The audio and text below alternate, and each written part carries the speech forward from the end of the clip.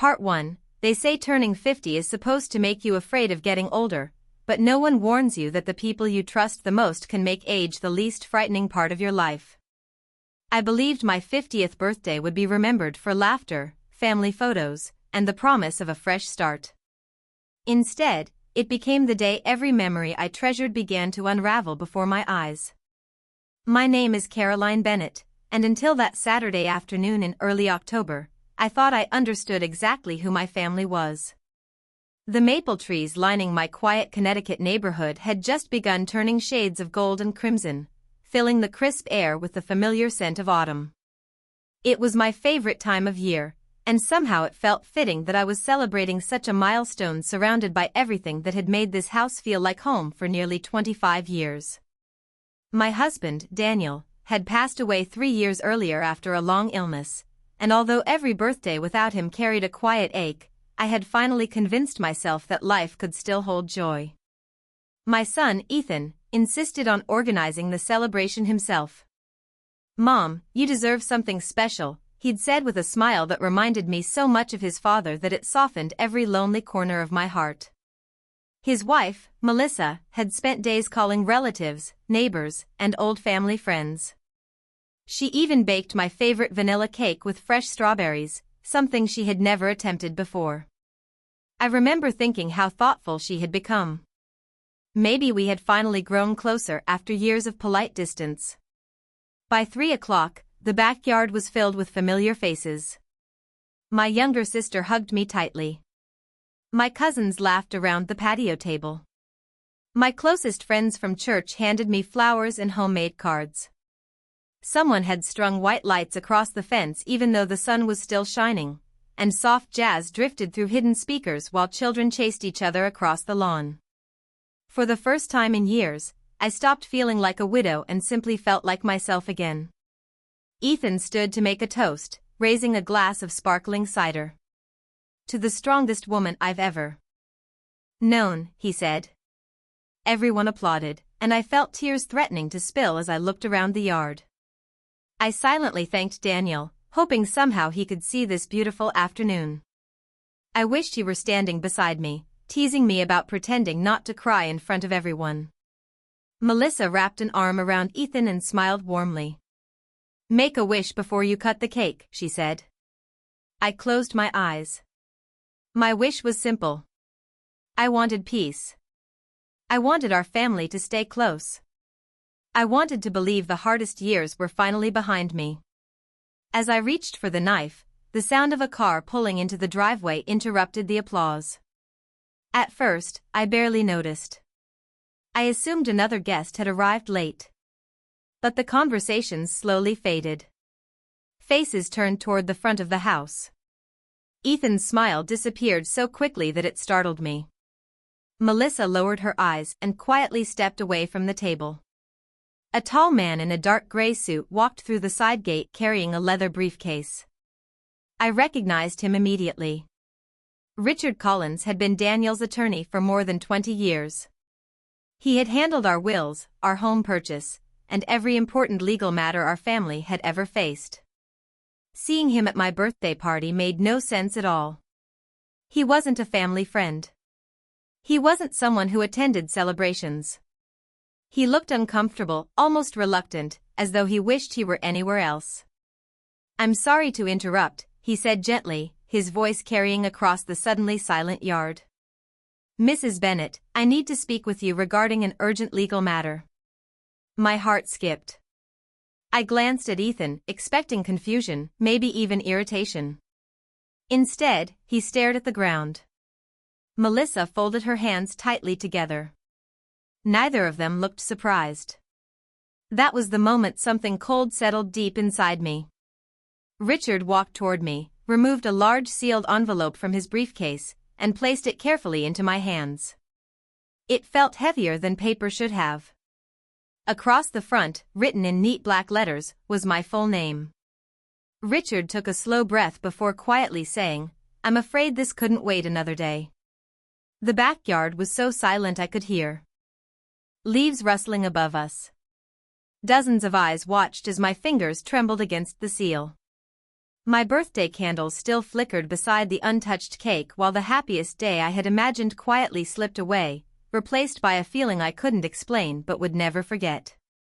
Part 2. My hands would not stop shaking as I slipped one finger beneath the seal and slowly opened the envelope. Every instinct told me this had to be some misunderstanding, some legal paperwork that Richard had accidentally chosen the worst possible moment to deliver. I forced myself to smile weakly at the guests, hoping to ease the growing tension, but no one smiled back. The laughter that had filled my backyard only moments earlier had vanished completely. I unfolded several neatly organized documents and immediately recognized the address printed across the top of the first page. It was my address. My home. The place where Daniel and I had raised Ethan. The place where every Christmas morning, every birthday, every anniversary, and every family dinner had become part of the story of our lives. Before I could finish reading the first paragraph, Richard spoke softly. "Mrs. Bennet, I think it would be best if I explained." I looked at him, unable to find my voice. He adjusted his glasses and continued with obvious discomfort. "According to these documents, ownership of the property has been transferred under an amended estate plan that became effective several months ago." The words made no sense. "Transferred to whom?" I finally whispered. Richard hesitated for just a moment before answering. "To your son, Ethan Bennet." My eyes immediately found Ethan standing only a few feet away. He looked pale, his shoulders tense, his hands buried deep inside his pockets. He still would not look at me. "Ethan?" I asked quietly. "What is he talking about?" My son slowly raised his head, and for the first time in his life, I could not recognize the expression in his eyes. It was not anger. It was not guilt. It looked more like someone trying to convince himself that he was doing the right thing even while knowing it would hurt someone he loved. "Mom," he began carefully, "please just listen before you get upset." Before I could respond, Melissa stepped forward holding another folder. She spoke with a calm confidence that felt strangely rehearsed. "Daniel updated his estate plans before he passed away. He wanted everything handled differently than you remember." I stared at her in disbelief. "That is impossible." She opened the folder and carefully removed another document. "This is the revised will." Richard remained silent. I reached for the papers with trembling fingers and immediately recognized what appeared to be Daniel's signature at the bottom of the final page. My heart desperately wanted to believe it. My mind refused. Daniel had signed his name thousands of times during our marriage. Birthday cards. Mortgage papers. School permission slips. Holiday checks. I knew every curve of his handwriting almost as well as my own. This signature looked right from a distance. But something about the final stroke beneath the last letter felt hesitant. Slightly heavier. Almost forced. I blinked several times, wondering if grief or shock was making me imagine differences that were not really there. Melissa gently pointed toward one paragraph. "The house legally belongs to Ethan now, and according to Daniel's instructions, you have 30 days to vacate the property." The sentence echoed inside my head. 30 days. Not months. Not after the holidays. 30 days. My own birthday suddenly felt like someone else's memory. Around me, guests shifted uncomfortably. Some quietly lowered their eyes. Others avoided looking in my direction altogether. My younger sister took one uncertain step toward me before stopping, as though she did not know which side of the family she was supposed to stand beside. I searched every familiar face, hoping someone would say this had to be a mistake. No one spoke. Ethan finally walked closer. His voice was barely above a whisper. "Mom, Melissa and I have been planning to renovate the house. We need more space. We thought it would be easier if everything happened now." Easier. That single word hurt more than anything else I had heard. This home was not simply a building waiting for renovation. It still held Daniel's favorite reading chair beside the fireplace.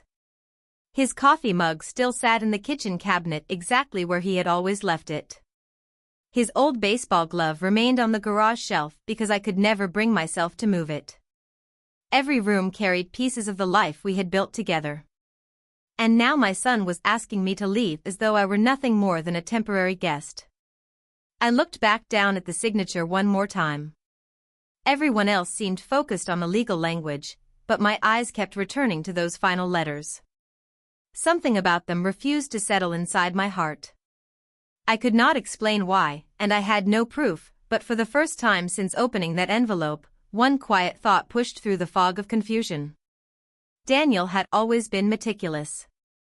If he had truly changed everything, he would have told me himself. And if he had not, then someone was hiding the truth. Part 3. No one prepares you for the moment when a room full of people decides that silence is easier than standing beside you. I lowered the papers and looked around the backyard that had been filled with birthday decorations only minutes earlier. The white balloons drifted gently in the afternoon breeze, the candles on my untouched cake continued to burn, and the music still played softly from the speakers, yet everything felt strangely distant, as though I were watching someone else's life from behind a sheet of glass. My sister, Linda, finally stepped closer with an uncertain expression. "Caroline," she said carefully, "perhaps you should hear them out. Maybe Daniel had reasons he never shared." I stared at her in disbelief. "You think Daniel would leave me homeless without ever telling me?" She looked away before answering. "I do not know what to think anymore." That answer hurt almost as much as Ethan's words. My cousin Robert quietly cleared his throat and folded his arms. "Legal documents are legal documents," he said. "If the attorney brought them, they probably have already been verified." Several heads nodded. Others avoided meeting my eyes. One by one, people who had celebrated birthdays, holidays, and anniversaries with Daniel and me for decades seemed to accept the papers more quickly than they accepted my confusion. I realized they were not choosing truth. They were choosing certainty because uncertainty made everyone uncomfortable. Ethan took another hesitant step toward me. "Mom, nobody wants to fight. Melissa and I have already found you a nice apartment about 15 minutes away. The lease is paid for 6 months. You will not have to worry about anything."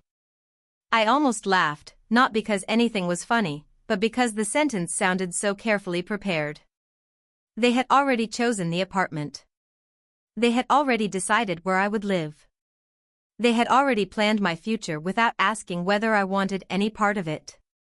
Melissa handed me another brochure with glossy photographs of a modern apartment complex. "It has an elevator, a fitness room, and beautiful walking paths," she said with an encouraging smile. "You are going to love it there." I looked at the brochure without seeing a single picture. All I could think about was the window above my kitchen sink where Daniel and I had watched snowstorms together. The old oak tree he planted the year Ethan started kindergarten. The tiny pencil marks inside the pantry door where we measured Ethan's height every birthday until he left for college. None of those memories could be packed into moving boxes. I quietly placed the brochure back into Melissa's hands. "You planned all of this before inviting me to my own birthday party." Melissa did not answer. Ethan rubbed the back of his neck and whispered, "We thought this would be the easiest way." "For whom?" I asked. Neither of them responded. Guests slowly began gathering their purses, jackets, and gifts. One by one they offered awkward hugs, quiet apologies, or sympathetic smiles that required nothing from them except a few polite words before walking away. Within half an hour the backyard that had been filled with laughter stood almost empty. Wrapping paper fluttered across the patio. Half-finished drinks remained on the tables. My birthday cake sat untouched beneath the fading afternoon sun. Richard approached me once the others had gone. His voice remained gentle. "Mrs. Bennett, I strongly recommend that you have an independent attorney review every document before making any decisions." I searched his face. Do you believe these papers are genuine? He paused longer than I expected. My responsibility is to deliver documents, not to draw conclusions without evidence. It was not the answer I wanted, but it was not a confirmation either. After he left, I walked slowly through the quiet house. Every room seemed to ask the same impossible question. Had Daniel truly changed his mind about everything we had built together, or had someone rewritten our story after he was gone? 3 weeks later I carried the last cardboard box into the small apartment Ethan had selected for me. The place was clean and comfortable enough, but it felt like a hotel room waiting for someone else to arrive. There were no familiar creaks in the hallway, no smell of Daniel's old cedar bookshelf, no morning sunlight falling across the breakfast table where we had shared coffee for nearly 3 decades. That first evening I sat alone on the narrow balcony watching traffic pass below. I did not cry. I simply felt empty. Just as the sun disappeared beyond the buildings, there was a soft knock at my apartment door. Standing outside was my former neighbor, 82-year-old Harold Mitchell, holding an old brass key attached to a faded leather tag. He looked at me with quiet sadness before saying, "Daniel asked me to keep this safe. He told me to give it to you only if something terrible ever happened." Caroline, has that day finally come? Part 4. Harold stood quietly in the hallway while I stared at the worn brass key resting in the palm of my hand. It was heavier than I expected, attached to a cracked leather tag with only 3 faded numbers stamped into it. Number 214. Nothing else. I looked up at him, searching for an explanation. "What does it open?" Harold slowly shook his head. "Daniel never told me. About 6 months before he passed away, he came over carrying a small envelope. He asked me to promise that if you were ever forced out of your home or if something happened that made you question the people closest to you, I was to give you that key. Otherwise, I was supposed to destroy it." After 10 years. My heart began beating faster. Why did he not tell me himself? Harold sighed deeply. I asked him the same question. He simply said, "If I tell Caroline now, she will never believe I needed to prepare for the worst. I hope she never has to know." I thanked Harold, closed the apartment door, and sat at my small kitchen table turning the key over in my fingers. Daniel had never been a dramatic man. He believed in careful planning, organized files, and backup plans for almost everything. If he had gone to the trouble of hiding a key with instructions like these, it could not have been meaningless. The next morning I drove across town to the address printed on the leather tag after calling several storage facilities until one receptionist immediately recognized the unit number. It was a quiet self-storage property on the edge of town, surrounded by tall pine trees and protected by a security gate. The office manager asked for my identification before leading me down a long hallway lined with metal doors. We stopped in front of Unit 214.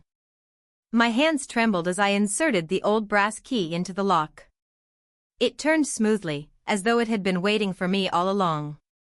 The heavy door rolled upward with a low rumble, revealing a small climate-controlled unit that looked untouched by time. Everything inside was carefully arranged. There were sturdy plastic containers stacked neatly against one wall, several labeled file boxes, a wooden chest I immediately recognized from our attic years earlier, and a medium-sized fireproof safe sitting beneath a folded blanket. Nothing appeared random. Daniel had packed this place with the same methodical precision he used for everything in life. I stepped inside slowly, overwhelmed by the strange feeling that my husband had somehow reached across the years to guide me here. The first container held family photo albums I thought had been lost during our move years ago. There were pictures from our honeymoon in Maine, Ethan's Little League games, Christmas mornings, beach vacations, and ordinary afternoons that suddenly felt priceless. Beneath the albums rested several journals written in Daniel's unmistakable handwriting. The next box contained financial records, insurance papers, tax returns, and neatly organized folders marked with colored tabs. Every document had dates, handwritten notes, and detailed explanations in the margins. It looked less like storage and more like preparation. Then I noticed a plain white envelope resting on top of the fireproof safe. Across the front, in Daniel's handwriting, were 6 simple words. For Caroline.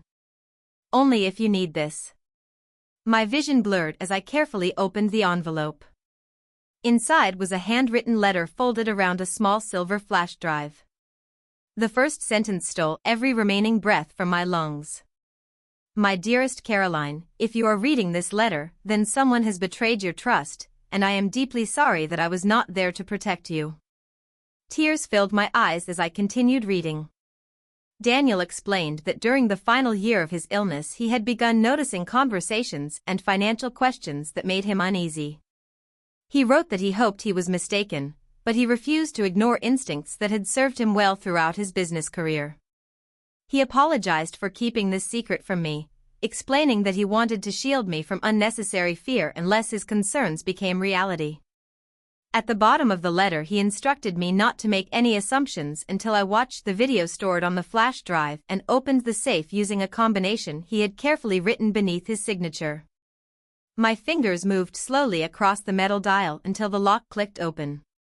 Inside were several sealed folders, a leather portfolio, and one more envelope marked with a single handwritten instruction that made my pulse race even faster. Watch the video first. Only then will everything begin to make sense. What truth had Daniel hidden inside that tiny flash drive for more than 3 years? Part 5. I drove back to my apartment clutching the flash drive so tightly that my fingers ached. Every traffic light felt longer than usual, every mile stretched endlessly by the weight of questions I had carried since my birthday. Once inside, I closed the curtains, made myself a cup of coffee that I never touched, and sat at the small dining table with my laptop. For several minutes I simply stared at the tiny silver drive. It was remarkable how something so small could hold the power to either confirm my worst fears or prove that grief had made me suspicious of everyone around me. Finally, I inserted the drive into the computer. There was only one video file. Its title read simply, For Caroline. I clicked play. The screen flickered before Daniel appeared, sitting in his favorite leather chair in the study we had shared for years. He looked thinner than I remembered during those final months, but his eyes were steady, warm, and unmistakably full of love. For a moment I forgot he was gone. It felt as though he were about to walk into the next room. He smiled gently at the camera. Hello, my beautiful Caroline. If you are watching this, then something happened that I prayed would never happen. My tears began falling before he had spoken another word. First, he continued, I need you to know that none of what you are about to hear changes one simple truth. I have loved you every day since the moment we met, and if I had been given another lifetime, I would have chosen you all over again. I covered my mouth as memories flooded back. Then Daniel's expression became more serious. Over the past year, I noticed conversations that troubled me. Questions about property values, bank accounts, investment statements, and legal paperwork became more frequent than they should have been. At first I dismissed my concerns because I wanted to believe our family shared the same values we always tried to teach. He paused for several seconds before continuing. Perhaps I am wrong. I sincerely hope I am. But business taught me something that life often confirms. When money enters the room, character quietly reveals itself. My heart sank. Daniel looked directly into the camera as though speaking only to me. If anyone ever presents you with a new will claiming that I intentionally left you without security, I need you to believe me instead of the paper. I never signed any document that would force you from your home or leave you dependent on anyone else's kindness. I stopped breathing. Every word struck with absolute clarity. Daniel leaned forward slightly. The house was never the most valuable part of what we built together. In fact, I deliberately made sure it was not. He reached for a folder beside him and held it toward the camera. Several months before recording this message, I established a private family trust containing our investment portfolio, my business interests, retirement accounts, and additional assets that are not connected to the house. The sole beneficiary is you, Caroline. No revisions can remove you without your written consent while you are alive. I stared at the screen in complete disbelief. Daniel had never mentioned any trust. He had handled nearly all of our financial planning because he genuinely enjoyed it, while I preferred managing our home and volunteering at church. He had always explained the basics, but apparently he had quietly prepared far beyond what I ever imagined. If someone is trying to convince you that losing the house means losing everything, Daniel continued, they either do not know the truth, or they are hoping you never discover it. He took a slow breath before adding words that made the room suddenly feel colder. Inside the safe you will find certified copies of every trust document, original financial records, and letters addressed to both my attorney and my accountant. There is also a timeline I created documenting several conversations that caused me concern. I did not accuse anyone because suspicion is not proof. But if you are watching this now, those records may help someone uncover the truth. He smiled one last time, softer than before. You have always underestimated your own strength. Do not do that now. Trust your instincts. Read everything. Ask difficult questions. And remember that the people who deserve your trust will never ask you to stop searching for the truth. The video ended, leaving only my own reflection on the dark computer screen. With trembling hands I opened the leather portfolio from the safe and found neatly organized trust documents bearing official seals, signatures, and dates that predated the so-called amended estate plan by more than a year. At the very top rested a handwritten note from Daniel containing only one sentence. The answers are already in front of you if someone is willing to follow the evidence. If Daniel had protected everything so carefully, then who had created the documents that stole my home, and how far had they been willing to go to keep their secret hidden? Part 6. I barely slept that night. Every time I closed my eyes, I heard Daniel's voice repeating the same words. Trust your instincts. Read everything. Ask difficult questions. By sunrise I had spread every document across my small dining table. The apartment that Ethan believed would become my new beginning had quietly turned into an investigation room. Daniel's handwritten timeline lay beside bank statements, trust agreements, tax records, and carefully labeled folders. As I compared dates, a pattern slowly began to emerge. The trust had been legally established 14 months before Daniel passed away. The signatures had been witnessed, notarized, and recorded. Every page carried official seals. Nothing about it appeared rushed or incomplete. Then I compared those dates with the amended estate plan that Richard had delivered at my birthday party. Something immediately stood out. The supposed revision had been signed only 6 weeks before Daniel died, during a period when he had rarely left his hospital bed. I remembered those final weeks clearly because I had been beside him almost every day.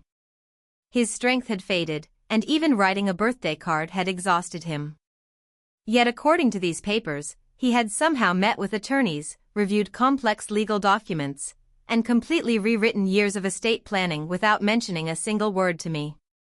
The more I thought about it, the less believable it became.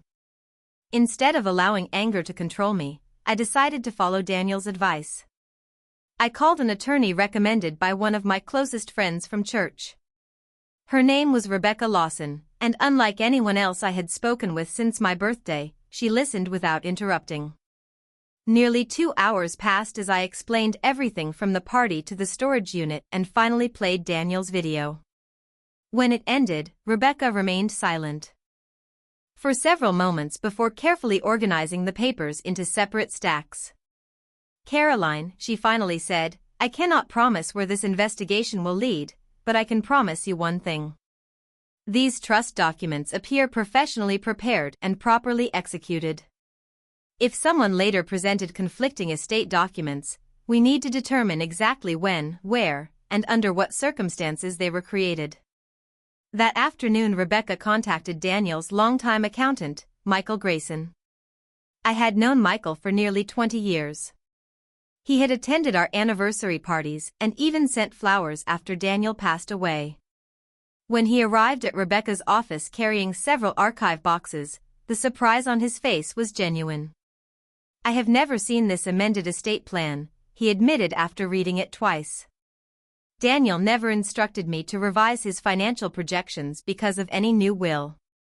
In fact, during our final meeting he specifically told me the trust was complete and that it was designed to protect Caroline regardless of what happened afterward." Rebecca looked at him carefully.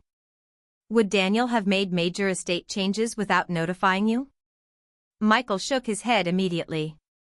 "Absolutely not. That would have made no financial sense." Encouraged by this discovery, Rebecca requested records from the bank that had managed part of Daniel's investments. Several days later we met with the branch manager, who reviewed archived appointment logs. While searching through old records, one employee quietly frowned at her computer screen. "This is strange," she said. "There were multiple attempts to request information about Mr. Bennett's trust several months before he passed away."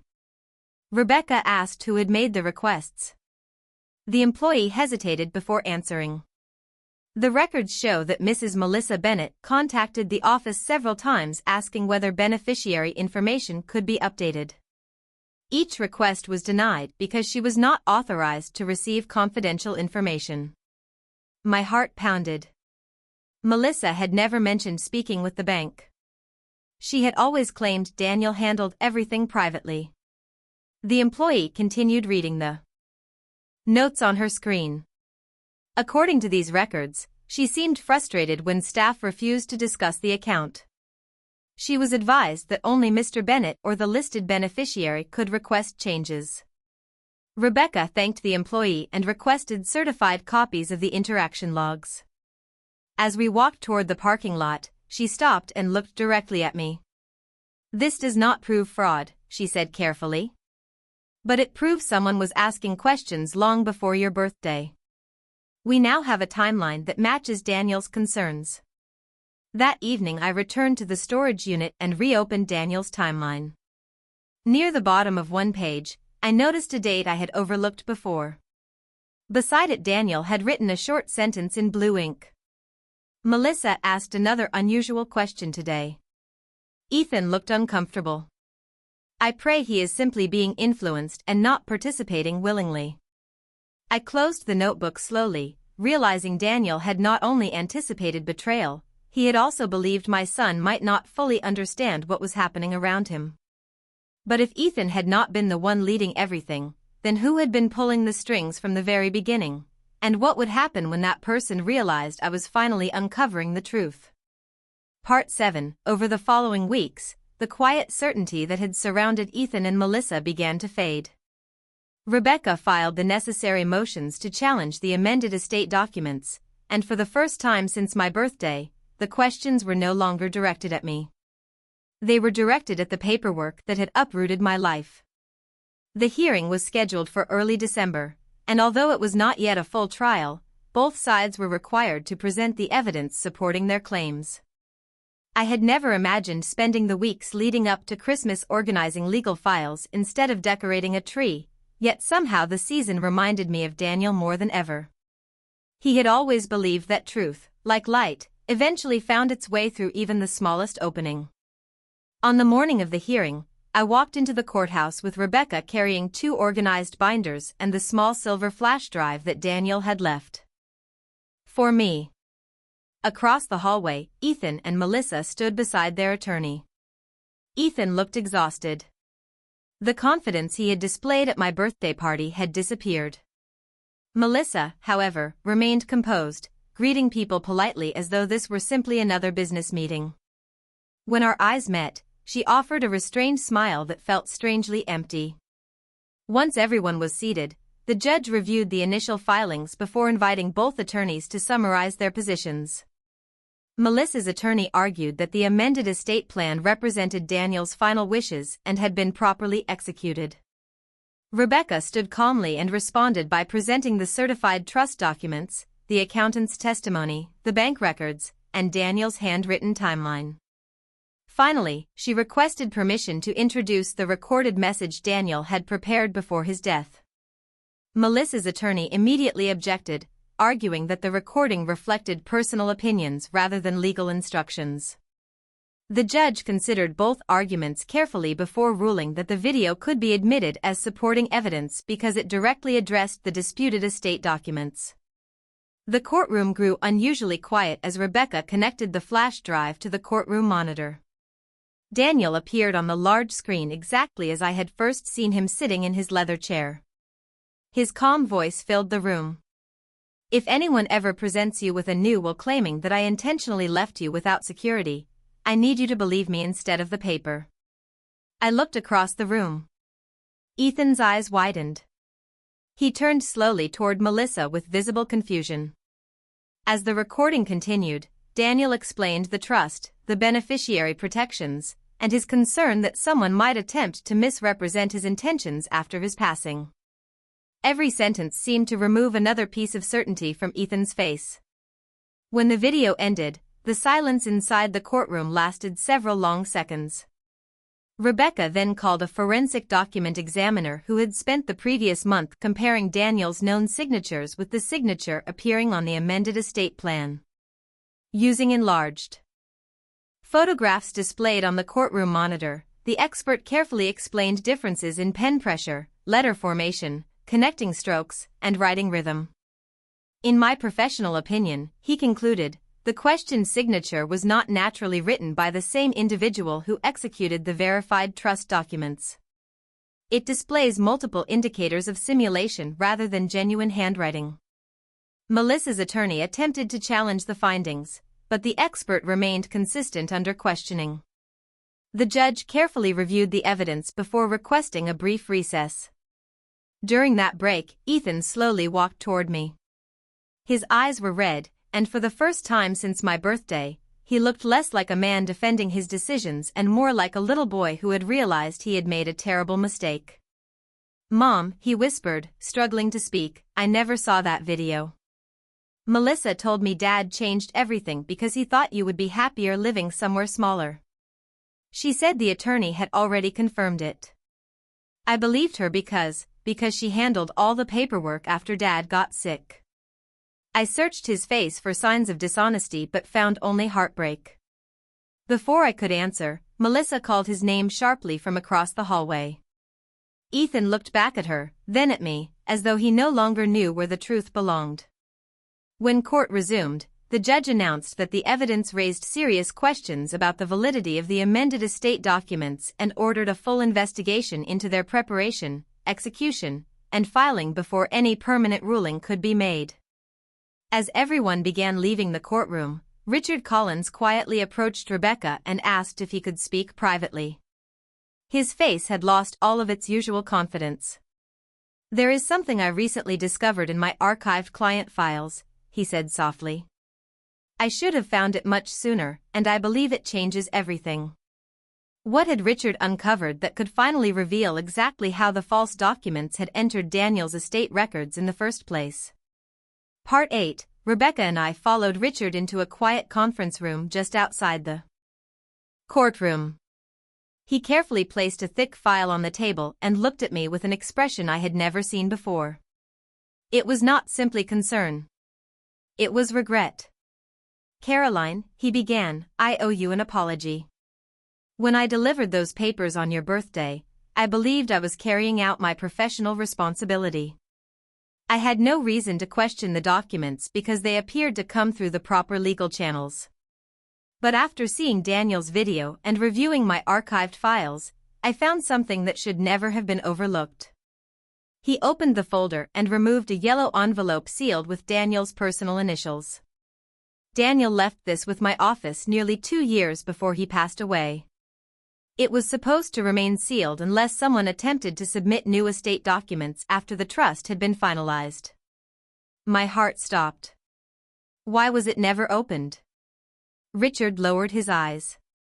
Because it had been mistakenly filed inside a retired client archive during an office software conversion. No one realized it was missing. He broke the seal and handed Rebecca the letter. Daniel's handwriting filled the first page. He explained that once the trust became effective, he wanted no future estate revisions accepted unless they met 3 specific conditions. Any amendment required his attending physician to certify that he was mentally capable on the day of signing. His longtime accountant Michael Grayson had to acknowledge the financial consequences in writing, and Richard himself had to witness the signing in person. Rebecca compared the letter with the disputed estate plan. None of those requirements had been satisfied. There was no physician certification, no accountant acknowledgement, and Richard had never witnessed the signature.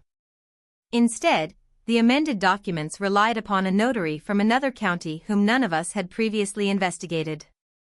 Within days, Rebecca located the notary and obtained a sworn statement. The woman explained that she had only verified the identity of the individual presenting the paperwork and had never met Daniel before that appointment. She admitted she had assumed everything was legitimate because another person handled most of the conversation while Daniel remained unusually quiet. Rebecca then requested medical records confirming that on the same afternoon the amendment was supposedly signed, Daniel had received medication that left him too fatigued to participate in lengthy legal meetings. Piece by piece, the timeline collapsed under its own weight. Faced with the growing evidence, Melissa finally agreed to answer questions under oath. Her confidence disappeared almost immediately. She admitted she had arranged the appointment with the notary and gathered the paperwork herself. She insisted she believed she was helping Daniel simplify the estate because he had become overwhelmed during his illness. But when Rebecca presented copies of Melissa's repeated attempts to obtain confidential trust information from the bank months earlier, her explanation began to unravel. Ethan sat silently throughout the questioning, his face growing paler with every answer. Afterward, he asked to meet me alone at the church where Daniel and I had attended services for nearly 30 years. We sat in the same wooden pew where our family had celebrated baptisms, graduations, and anniversaries. Ethan struggled to hold back tears. "Mom, I should have asked more questions. I wanted to believe Melissa because she always handled paperwork better than I did. Every time I hesitated, she reminded me that Dad trusted her. I convinced myself that if the attorney accepted the documents, then everything had to be true." I listened quietly, remembering Daniel's note that Ethan might simply be influenced rather than leading the deception himself. Ethan looked down at his hands. "I do not expect forgiveness. I just need you to know I never wanted to hurt you. I thought I was honoring Dad's wishes." For several moments neither of us spoke. I realized I had spent months fighting to recover my home, but somewhere along the way I had almost lost my son completely. The judge's final ruling arrived the following week. The amended estate documents were declared invalid, Daniel's original trust remained fully enforceable, and ownership rights connected to the disputed transfer were reversed. Melissa's actions were referred to the appropriate authorities for further review, while Ethan was formally removed from any temporary control over my property. Legally, I had one. Emotionally, nothing felt simple. Rebecca congratulated me, Harold embraced me with tears in his eyes, and even Richard admitted that Daniel's careful planning had protected the truth long after his passing. Yet that evening I stood alone inside the front doorway of my home for the first time since leaving it, surrounded by familiar memories that suddenly felt both comforting and painfully fragile. Ethan waited quietly on the front porch, hoping I would invite him inside, but before I reached for the doorknob, I realized the hardest decision of my entire journey had nothing to do with money or property. Could a mother rebuild trust after betrayal, or were some broken relationships never meant to return to what they once were? Part 9. I stood in the doorway for what felt like an hour, holding the same house key I had carried for nearly 25 years. Everything inside was exactly where I had left it. Daniel's reading chair still faced the fireplace. The family photographs still lined the hallway. Even the old clock in the kitchen continued marking each passing minute with the same gentle rhythm that had once made this house feel alive. I realized then that winning a legal battle could restore property, but it could never return the innocence that had been lost. I slowly opened the front door and invited Ethan inside. He stepped across the threshold cautiously, as though he no longer believed he belonged there. We walked into the living room without speaking. Finally, he stopped beside his father's chair. "I remember sitting here while Dad taught me how to balance a checkbook," he said quietly. "He always told me that trust was worth more than money because once it disappeared, it was almost impossible to earn back." His voice broke. I should have remembered that. I looked at my son and saw not the confident man who had stood beside Melissa on my birthday, but the frightened little boy who had once reached for my hand before crossing every street. "Ethan," I said gently, "forgiveness and trust are not the same thing. I can choose to forgive you today, but trust must be rebuilt one honest decision at a time." Tears rolled down his face as he nodded. "I understand. I will spend however long it takes proving that." Over the following months, he kept that promise in quiet ways rather than dramatic ones. He visited every Saturday morning without expecting an invitation. He repaired the broken fence Daniel had planned to replace. He organized old family photographs into albums after carefully asking permission before touching anything. Sometimes we talked for hours. Other times we simply shared coffee in silence. Neither of us tried to erase the past. Instead, we slowly learned how to live honestly with it. Melissa chose a different path. After the investigation concluded, she moved away to begin her life elsewhere. I wished her no harm. Carrying bitterness any longer would have allowed the betrayal to keep controlling my future, and I had already surrendered enough of my life to pain. Early the following spring, I made a decision that surprised nearly everyone who knew me. I placed the house on the market. Friends questioned why I would sell the home I had fought so hard to recover. The answer was simple. I had not fought for a building. I had fought for the truth. Daniel had spent his final months protecting my freedom, not my address. Holding on to the house out of fear would have dishonored everything he had tried to teach me. Several months later, the sale was completed. Combined with the trust Daniel had established, I had more than enough to live comfortably for the rest of my life. Instead of searching for a larger home, I purchased a modest cottage overlooking a quiet lake less than 30 miles away. With part of the remaining funds, I established the Bennett Second Chapter Foundation, a small nonprofit organization that offered legal guidance, financial education, and emergency assistance to older adults facing family-related financial disputes. I wanted other people to have the support I almost never found. On the first anniversary of my 50th birthday, the foundation held its opening celebration. Volunteers filled the community hall with flowers, music, and homemade food. As I greeted guests, I noticed Ethan standing quietly near the entrance holding a simple wrapped package. When everyone had gone home, he handed it to me. Inside was the old family photograph taken on my 40th birthday. Daniel stood behind us with one hand on my shoulder and the other resting proudly on Ethan's back. Beneath the picture, Ethan had written one sentence in his own handwriting. "Thank you for giving me the chance to become the son Dad believed I could still be." I looked toward the evening sky and smiled through grateful tears. Turning 50 had not taken my life away. It had revealed who truly deserved a place in it and reminded me that sometimes losing what feels permanent is the only way to discover what can never be stolen. As I locked the doors to the foundation that evening, I found myself wondering whether Daniel somehow knew this ending all along, or whether the greatest legacy we leave behind is not the wealth we protect, but the courage we inspire in those we love. If you had been standing in my place, would you have chosen forgiveness, or would you have walked away forever? And perhaps the more important question is this: how many new beginnings quietly arrive disguised as our darkest day? Please like, subscribe and share. Thanks for visiting.